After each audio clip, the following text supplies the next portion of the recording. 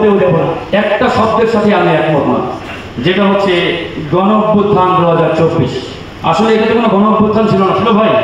গণঅভ্যুত্থান সেটা যেটা জনগণের আন্দোলন সংগ্রামের মধ্যে ফ্যাসিবাদী সরকার পদত্যাগ করে হয় কারাগারে যায়, না হলে ভিন্ন কোনো পরিস্থিতির শিকার হয়। কিন্তু স্বৈরাচার যদি দেশ ছেড়ে পালিয়ে যায়, এটাকে গণঅভ্যুত্থান বলে না, এটা হচ্ছে বিপ্লব। কিন্তু আমরা এটাকে বলতে পারি আমাদের এই বিপ্লব আমরা সম্পূর্ণ করতে পারি নাই, পরিপূর্ণ করতে পারি নাই। কেন হয় নাই? আমাদের সেই 5ই আগস্টের মিছিল যখন বিজয় সরণি মোড়ে গিয়ে স্টপ হয়ে গেল, সেখানে আমাদের বিপ্লবটি অসম্পূর্ণ রয়ে গেল। ওই মিছিল যদি আমরা জাহাঙ্গীর গেট কিংবা বিজয় সরণি মোড়ে স্টপ না করতাম, তাহলে এই 24 সালের জুলাই বিপ্লব শতভাগ বাস্তবায়ন হতো, পরিপূর্ণ হতো। অনেকেই সরকারকে নানা রকম আইনি ফিল্দি ফকির দেখায়, ফাঁক ফকর দেখানোর চেষ্টা করে।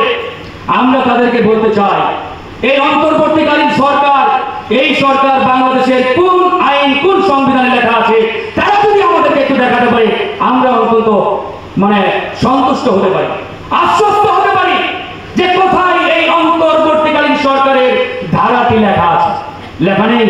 তাহলে এই যে অন্তর্বর্তীকালীন সরকার যারা আজকে দায়িত্বে বসেছেন, চেয়ারে বসেছেন, কোন আইনে বলে?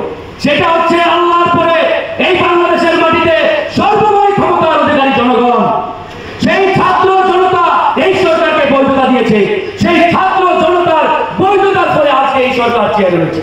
যাদেরকে আমরা 2000 ছাত্র জনতার রক্তের বিনিময়ে চেয়ারে বসালাম, আজকে এই সরকার যদি কোনো একটি নির্দিষ্ট দলের চাপ কিংবা তাপে হেরে পড়ে যায়, আমরা এটা মেনে নেব না এবং হতেও দেব না। এই সরকার কোনো দলের নয়, কোনো মতের নয়, কোনো গোষ্ঠীর নয়। এই সরকার এদেশের আপামর জনতা, ছাত্র জনতার বিমুক্তি, জনগণের আকাঙ্ক্ষা কি, সেটাই সরকারকে বাস্তবায়ন করতে হবে। বিএনপি কি চাইলো, জামাত কি চাইলো, আর গণ অধিকার কি চাইলো, এই চিন্তাই সরকার করলে হবে না। তাই আমরা আজকে স্পষ্ট করে বলতে চাই, আমরা জুলাই ঘোষণাপত্র নিয়ে অনেক ছাড় দিয়েছি, জুলাই সনদ নিয়ে